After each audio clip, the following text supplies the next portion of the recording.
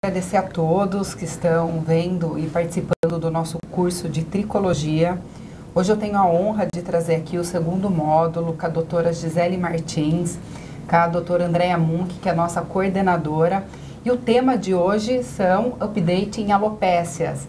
A gente está muito feliz com esse curso, espero que vocês estejam gostando. Mês que vem a gente tem mais. E esse curso é patrocinado pelo Neocil, um produto inovador, tecnológico, uma novidade para prescrição médica, um produto que a gente está muito feliz em trabalhar. Então, para inteirar vocês do assunto, eu vou passar um vídeo do Neocil para vocês agora e a gente começa com o curso. Obrigada. O planeta Terra. Mais de 510 milhões de quilômetros quadrados de área. Resultado de uma combinação de elementos químicos indispensáveis para a natureza, para a evolução, para a vida e para a tecnologia. E no centro de tudo isso está o silício. O silício é o segundo elemento mais abundante encontrado na crosta terrestre, totalizando mais de 28% da sua massa. Ele é encontrado desde a areia das praias até na cerveja, passando por frutas, peixes e uma infinidade de formas no reino vegetal, animal e mineral. O silício tem um papel biológico fundamental para o ser humano, principalmente no tecido conjuntivo, sendo indispensável a síntese das fibras de colágeno e de elastina e a resistência e ancoragem capilar. Porém, para que o silício faça efeito, é necessário que ele se apresente ao corpo em sua forma orgânica, protegido, para que chegue aos tecidos ainda ativo, algo não tão simples. Agora, isso se tornou possível graças à Neocil e à exclusiva tecnologia SI Biobetter. SI Biobetter é o silício orgânico desenvolvido de maior biodisponibilidade, estabilizado e protegido por colágeno marinho hidrolisado, que forma sobre ele uma proteção efetiva, preservando-o até a sua liberação. Com a entrega íntegra do ativo no couro cabeludo, SI Biobetter pode então entrar em ação com a dose adequada para um tratamento eficiente, fortalecendo a haste capilar, melhorando a aparência dos fios, sua ancoragem e estimulando a neocolagênese tipo 1, assim como a produção de glicosaminoglicanos. Neocil ainda contém em sua formulação biotina, vitaminas A, E, C, ferro, zinco e as vitaminas do complexo B. Neocil e a exclusiva e inovadora tecnologia SI Biobetter foram desenvolvidas pela MD Medical Doctors e USK Dermatology. Neocil com ativo exclusivo SI Biobetter, a inovação exclusiva para a ancoragem e reestruturação dos fios.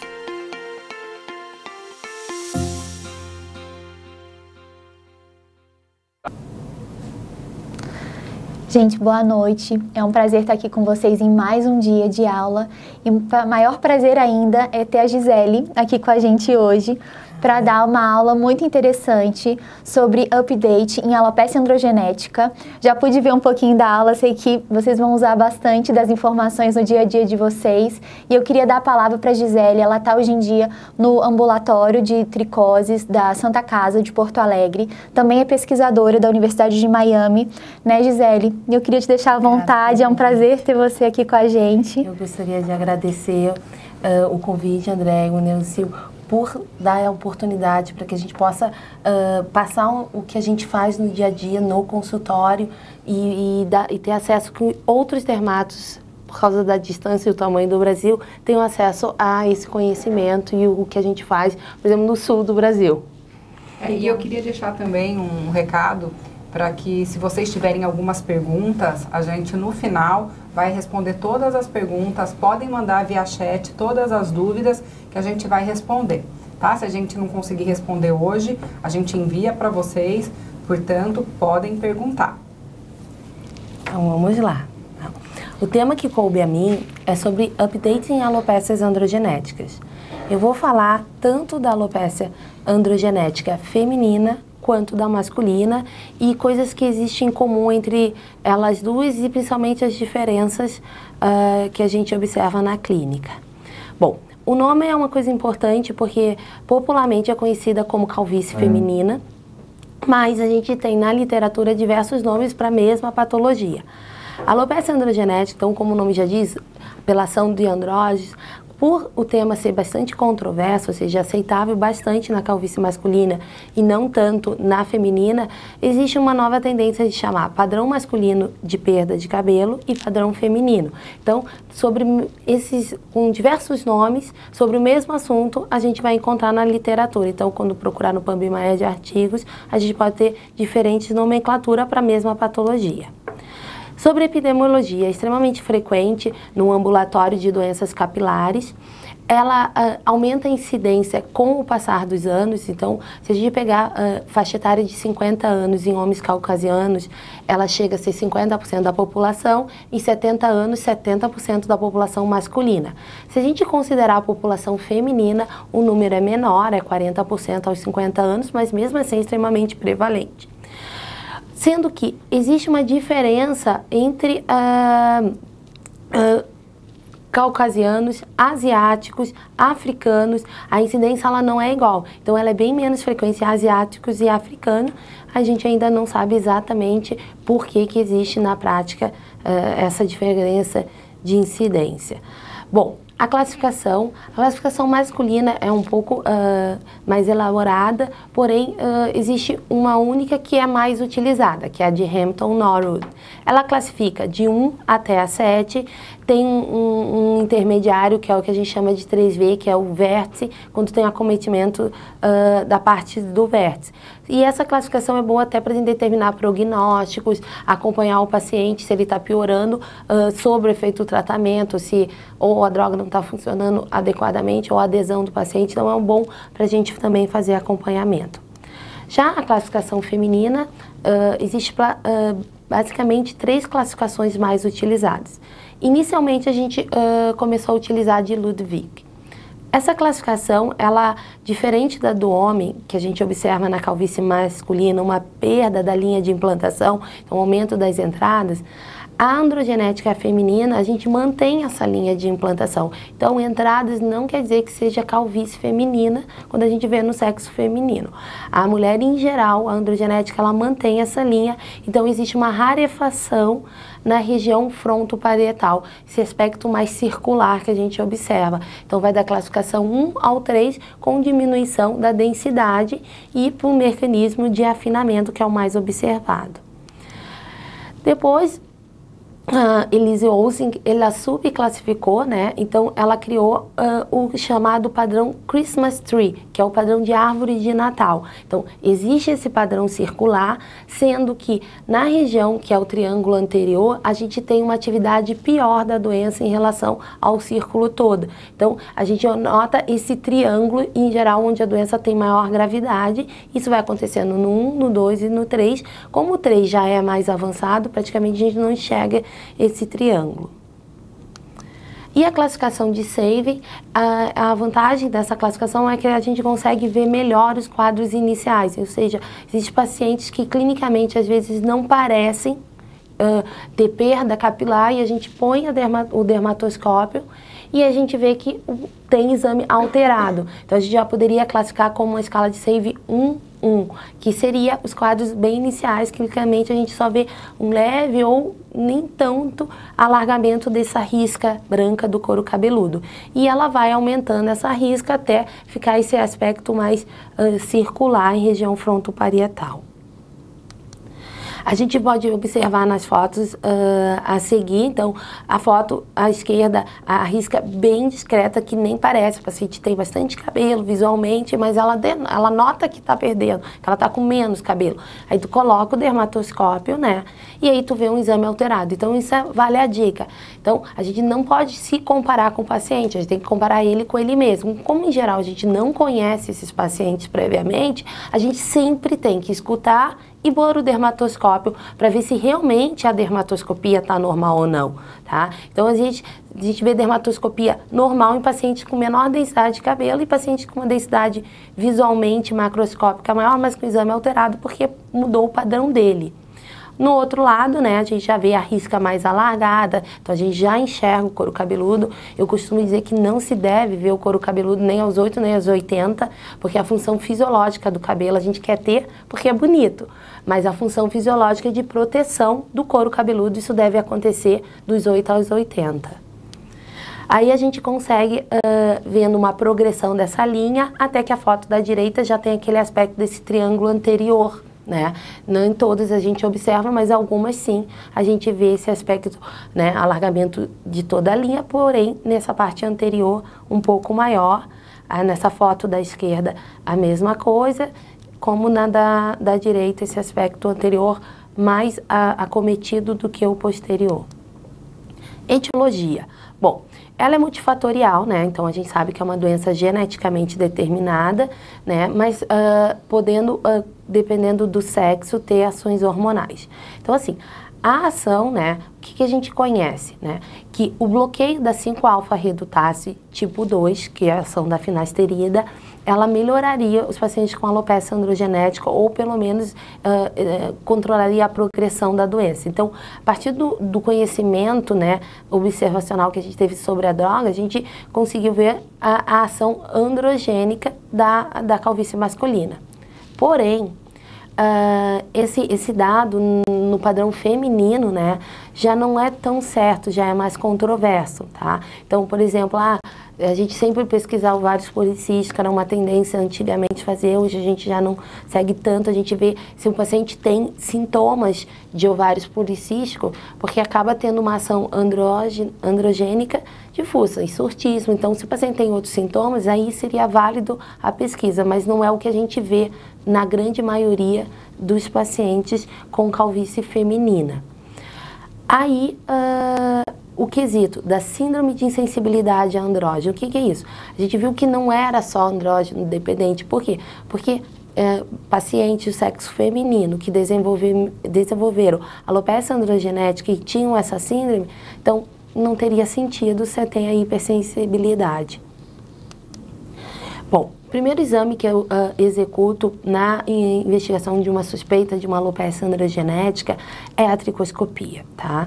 A tricoscopia, também conhecida como dermatoscopia digital do couro cabeludo, a gente examina tanto o couro como o haste. A gente pode usar aparelhos portáteis, que tem um custo menor, né? Mas também tem um aumento menor. Hoje a gente consegue acoplar eles a dispositivos móveis celulares para poder também documentar e armazenar essas fotos. Existem até softwares de celulares que podem armazenar. Existem outros que já estão ligados diretamente no celular com aumento um pouco maior. Então, em geral, os portáteis têm aumento de 10 a 20. Os videodermatoscópios, eles já têm aumentos de 20 a 120, tem até aparelhos com aumento maior, mas que não são muito comercializados no Brasil, mas eles têm a grande vantagem de conseguir um maior aumento sem perder resolução e armazenar de uma maneira mais fácil, tá? Bom, o que a gente vê numa dermatoscopia da alopecia androgenética? Variabilidade do diâmetro das hastes foliculares. Isso é um fenômeno chamado anisotricose, ou seja, os fios, como é que se esperaria numa dermatoscopia normal? Ter 2 a 3 hastes por ósseos e todos iguais, a pessoa tem que ter o padrão. Agora, quando a gente vê numa alopecia androgenética, a gente começa a ver fios de diferentes calibres. E essa progressão, a doença não é de evolução tão rápida, então a gente vê fios intermediários, de vários diâmetros, e os finos. Não é uma progressão rápida, como a gente vê numa alopecia areata. A progressão é lenta e, como diz, lenta e progressiva. As hastes miniaturizadas, ou os velos, eles somam mais que 20%, tá? Presença de yellow dots. Os yellow dots são pontos amarelos que não tem hastes ou existe uma haste miniaturizada. Ela tem significado histopatológico diferente do que a gente observa dos pontos amarelos da alopecia areata. Esses pontos amarelos é por hiperplasia de glândula sebácea. Existe uma descoloração peripilar, que é o sinal peripilar, que é decorrente de um processo inflamatório, que a gente consegue ver alguns pacientes com alopecia androgenética. Eu, particularmente, tenho dificuldade de encontrar essas imagens no Rio Grande do Sul, né? As unidades foliculares existe um predomínio de uma haste por ósseo e uma alteração que depende da exposição solar do paciente, do dia a dia dele, que é a pigmentação em favo de mel, né, ou honeycomb network, que é devido a anos de evolução e exposição solar. Então, vai pigmentando como se fosse um fotodano, que a gente observa também na pele. A gente vai acontecer em pacientes com rarefação em couro cabeludo, tá? Em alguns casos, pontos brancos em áreas mais fotoexpostas poderiam acontecer. Então, nessa imagem, isso é uma imagem de um vídeo dermatoscópico, um aumento de 70, com líquido de imersão. Tu vê que tem uma perda de padrão, de uniformidade. Então, o que a gente está vendo ali? A gente está vendo fios de diferente calibre, com fios intermediários. Então, isso não foi de um dia para outro, essa progressão. Muitos ossos vazios, então os pontos amarelos, miniaturização, pigmentação em favo de mel, né? Então, isso é típico de uma dermatoscopia de androgenética. No mesmo vídeo dermatoscópico, com aumento de 20, com líquido de imersão, a gente vê um predomínio de uma haste por ósseo. Então, cada saída sai apenas um fio, tá? Existe a presença desses pontos amarelos, né? Que são os ossos vazios ou com pelo velos, e fios intermediários, como a gente observou na imagem anterior. Tá? Vou repetir muitas coisas para a gente ir memorizando. Nesse grande aumento também, aumento 70 com líquido de imersão, a gente vê variabilidade, tá, do diâmetro e, interessantemente, bem nesse ósseo central, a presença de um short growing hair, que é um cabelo recuperando. Ele é gordinho embaixo, fino em cima. Não confundir com o pelo velos, que ele é todo afinado, o diâmetro dele, ele é todo uniforme, fino. E o cabelo recuperando, ele já é gordinho embaixo, fino em cima, tá? Nesse grande aumento também, com vídeo dermatoscópico e líquido de imersão, a gente vê o predomínio de uma haste por ossos vazios com pontos, né, amarelos e, se tu observar, no mesma saída, na mesma abertura folicular, fios de calibres diferentes, entendeu? Então, eu sempre brinco, se a fábrica mesma deveria produzir o mesmo produto, então tem alguma coisa impedindo que isso aconteça.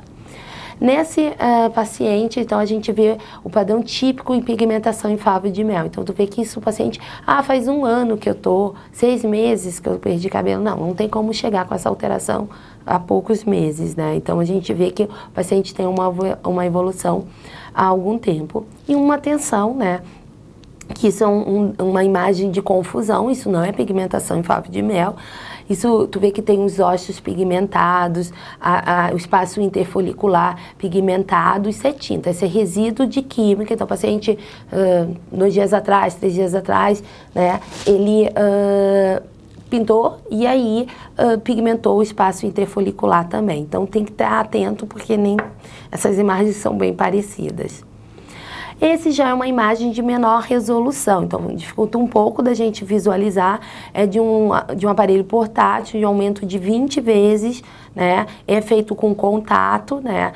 E a gente consegue ver praticamente as mesmas alterações, mas com menor nitidez, né? A gente vê a variabilidade, a diminuição do número de haste, mas é suficiente para a grande maioria dos diagnósticos. Então, para a dermatologia geral, a gente consegue chegar praticamente todos os diagnósticos. O que a gente não conseguiria ver, que aí não caberia nessa aula, seria os vasos. Os vasos é acima de 20, né, que a gente enxerga. Então, se eu enxergar com esse aumento, ele está no mínimo aumentado, né? Bom, outra imagem na mesma resolução, com o mesmo aparelho portátil, a gente consegue ver a variabilidade, uma haste por ósseo, diminuição quantitativa no número total. Todas essas imagens que eu mostrei até agora é da região frontoparietal, tá? Eu tento evitar a imagem junto à linha de implantação, porque é esperado, região temporal, linha de implantação, ter um maior número de pelos afinados, né? A gente não consegue diferenciar um velos de um miniaturizado pela dermatoscopia. A diferença é só histopatológica, né? Mas a gente foge dessa linha, eu sempre digo desse 1 centímetro, 1,5 centímetro, e tento examinar melhor, tá? A presença dos pontos amarelos, né? Que é diferente dos pontos amarelos da alopecia areata. A imagem é a mesma, mas significado histopatológico diferente. O sinal peripilar, né? Então essa hiperpigmentação acastanhada ao redor da saída, né? Da haste capilar, né? Acredita-se que teria um processo inflamatório e isso causaria essa hiperpigmentação, mas eu particularmente não vejo com muita frequência. Bom, o segundo exame que eu mais executo em pacientes com alopecia androgenética é a biópsia do couro cabeludo. Eu gosto muito, não só para confirmação diagnóstica, mas para determinar um prognóstico do paciente, até onde eu posso chegar, entendeu? Senão a gente fica pensando, será que eu não dei tratamento suficiente, por isso que ela não melhorou? Ou simplesmente esse seria o máximo que o paciente poderia chegar? Porque tudo depende da capacidade de produção de fio. Então, se a paciente não tem raízes, não tem folículos, não tem mesmo como fazer. Então, o implante caberia numa situação dessa. Mas ela também funciona como uma ferramenta para diagnóstico diferencial. As biópsias de couro cabeludo são sempre de 4 milímetros, tá? Se retira de 1 a 2 fragmentos, depende do que tu determina a dermatoscopia, se o afinamento é difuso, se é um afinamento mais localizado, tá?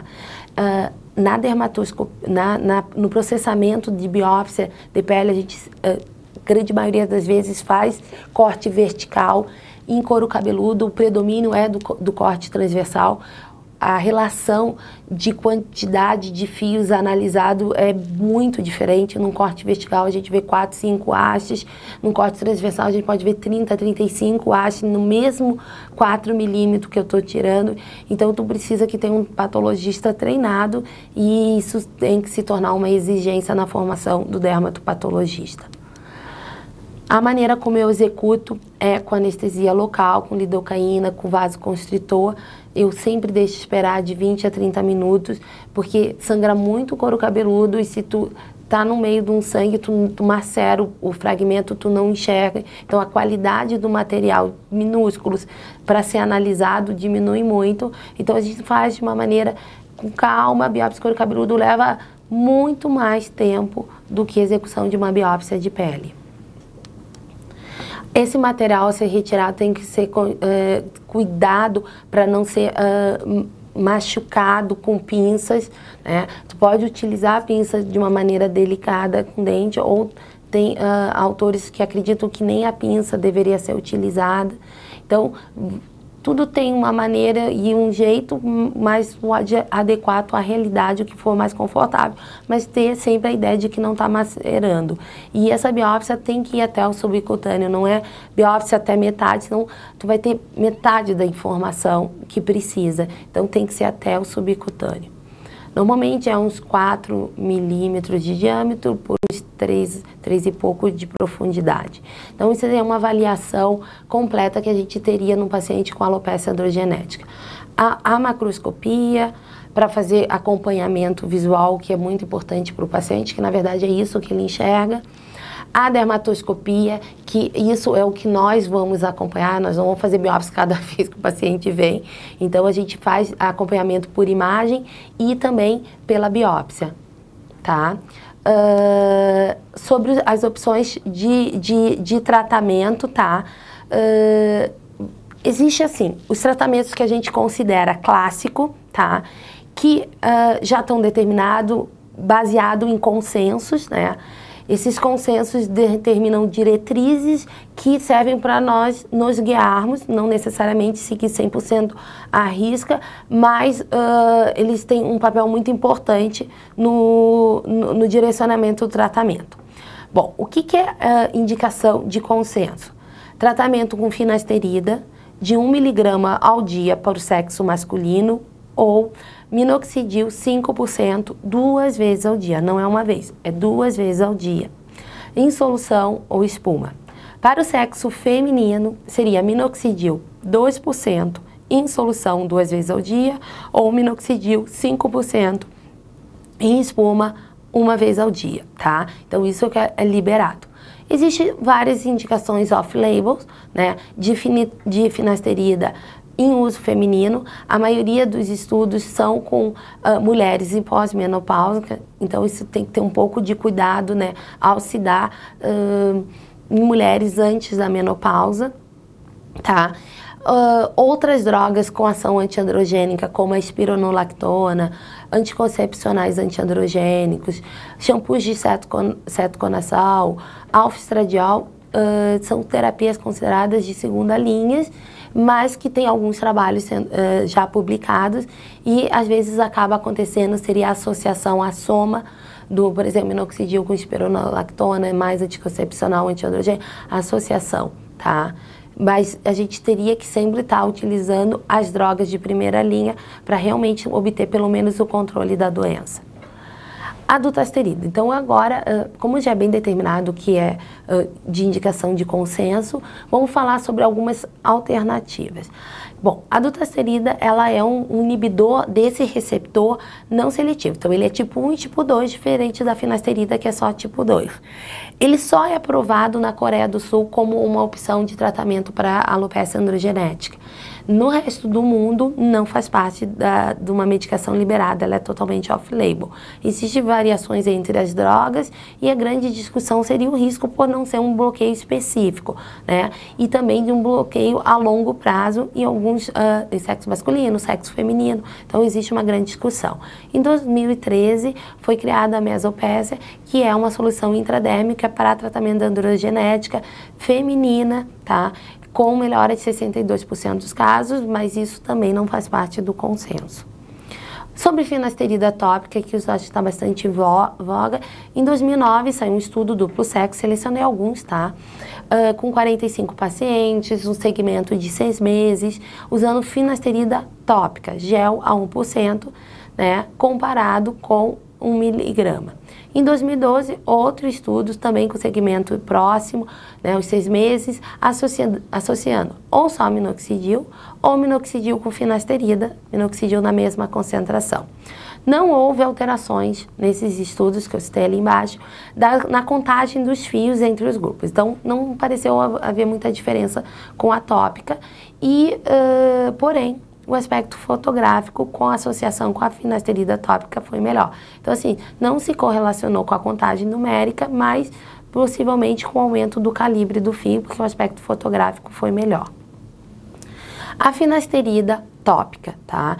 Em 2013, né, foi feito um estudo comparando concentração, tá, do DHT, então que estaria inibido ao se usar a finasterida, a concentração dele, que se tinha no couro cabeludo e em sangue periférico, após tu usar tópico e outro grupo que usou sistêmico.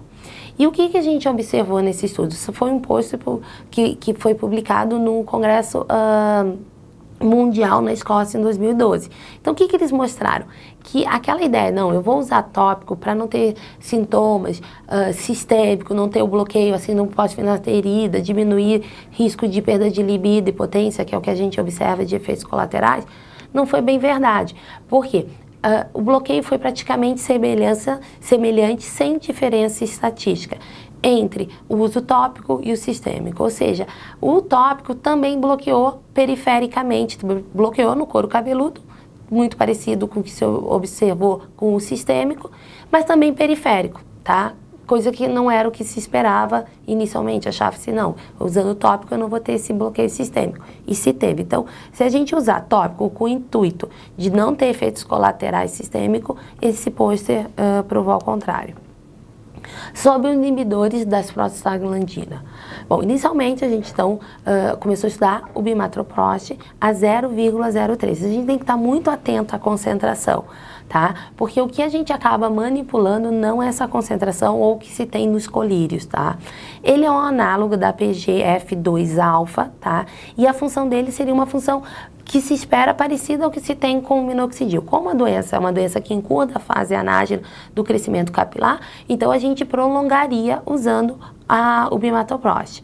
Ainda tem muitos estudos em andamento, recentemente saiu agora outro trabalho, mostrando benefícios em sobrancelhas e couro cabeludo, mas a gente tem que ficar atento à concentração, porque esse remédio é relativamente caro para a nossa realidade.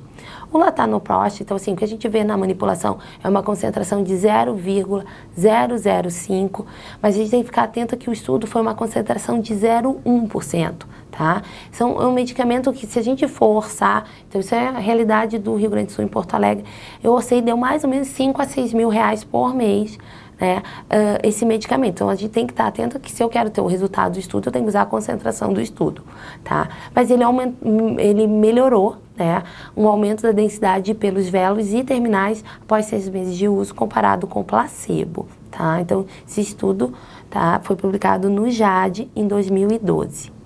Sobre os lasers, o laser seria uma das associações mais frequentes que a gente observa hoje no tratamento da alopecia androgenética. Um dos lasers que foram aprovados em 2007 pelo FDA é o Low Level Laser, o laser de baixa intensidade. Ele foi liberado pelo FDA não por eficácia, tá? Isso é importante. Ele foi liberado por não causar dano, ele não tem risco ao paciente ao ser utilizado. Não quer dizer que funcionaria. Isso é importante, essa diferença de liberação. Em função disso, existem muitos equipamentos, home devices, vendidos no mundo todo, e a grande discussão, qual indicar? Qual seria melhor? Qual o tempo? É uma resposta que a gente ainda não tem. A gente sabe que ele melhora. Agora, qual melhoraria mais do que o outro? Qual que eu uso em grau 1, grau 2? Essa é a pergunta que ainda a gente não tem resposta, tá? Qual a função dele? Como é que ele funcionaria? Ele aumenta a atividade do citocromo C oxidase. Consequentemente, a gente faria com que o fio telógeno entrasse mais rápido na fase anágena. Então, ela fica mais tempo, visto que a doença encurta, tá? Isso tem estudos em ratos em 2014 e 2015, que existe mais recentemente, que começou, né, a ter mais estudos. Basicamente, eu selecionei, né, 9 estudos em androgenética usando esse tipo de laser, sendo que interessante são 5 ensaios clínicos randomizados. São bem diferentes uns dos outros, utilizando os equipamentos bem diferentes, mas são estudos, são ensaios clínicos randomizados, não são só relatos de casos. Bom, a grande questão é, existe uma diferença entre a luz emissora de diodo ou laser emissor de diodo? Isso a gente vai falar um pouco mais adiante. Porque o que acontece? Existe diferença em custo enorme entre um aparelho que é laser de diodo e o outro que é a luz emissora de diodo. Mas será que isso na prática? Bom, pontos de luz. Outra coisa a ser considerada. Existe home device 6, de 8, 800, 1200. Então, é uma diferença muito grande entre um aparelho e outro. O que a gente sabe? Que os lasers de diodos, eles são monocromáticos, colimados e coerentes. Já a luz já é totalmente oposta. Ela não é completamente monocromada, não colimada e menos coerente. Consequentemente, há uma perda. O que se entende, tá? Isso é mais entendimento, observação, de que não existiria uma diferença em termos de eficácia na prática. E sim uma tendência de realmente o mais caro fosse melhor? Não. Não se viu muita diferença isso na prática e existe apenas uma diferença de custo, mas é muito questionável essa opinião, entendeu? Assim, a gente não sabe dizer se laser é melhor que luz ou luz é melhor que laser. A dose, em geral, fica em torno de 4 joules por centímetro quadrado, então é importante, quando escolher um aparelho, saber se ele entrega isso ao paciente. E a frequência, 2 a 3 vezes na semana, por 15 a 20 minutos. Importante ficar atento que a cor do cabelo influencia, tá? A absorção dessa luz. E, em geral, os lasers foram testados em fototipos de 1 a 4, possivelmente por esse conhecimento, tá? Outro laser que a gente chama aqui são os lasers mesmo, eles foram estudados e a função desses aqui seriam agir como drug delivery, ou seja, melhorar a absorção daquilo que tu estaria usando topicamente. Existem estudos com 29,40, com 15,40, e existe um risco, tá? E esse risco realmente é pesado pelo... o cabelo tem uma fase anal de 2 a 7 anos e tu quebrar o cabelo de uma paciente tem que ter bastante cuidado, tá? Isso aumenta muito o risco de quebra, né? Em pacientes que têm cabelos quimicamente tratados, progressivas, selagens, blindagem, cauterização química que enfraquecesse a haste capilar. Então, resumindo, existe lá o Level Laser, os 1440, 1340, que algumas pessoas que são os lasers mais encontrados no Brasil, mas a maioria dos estudos são com 1540, 24 140. E também sobre os microagulhamentos, tá? Os microagulhamentos teriam a função desses laser 1540 de melhorar a absorção. Não teria a função intrínseca do laser, então acredita-se também que ele teria uma ação de prolongar essa fase anágena, então não seria só na absorção. Então, diferente do microagulhamento, do que se tem de conhecimento hoje. Sobre o PRP, então é mais um toque, porque a gente vê em congressos mundiais, então sai do Brasil, a gente escuta isso.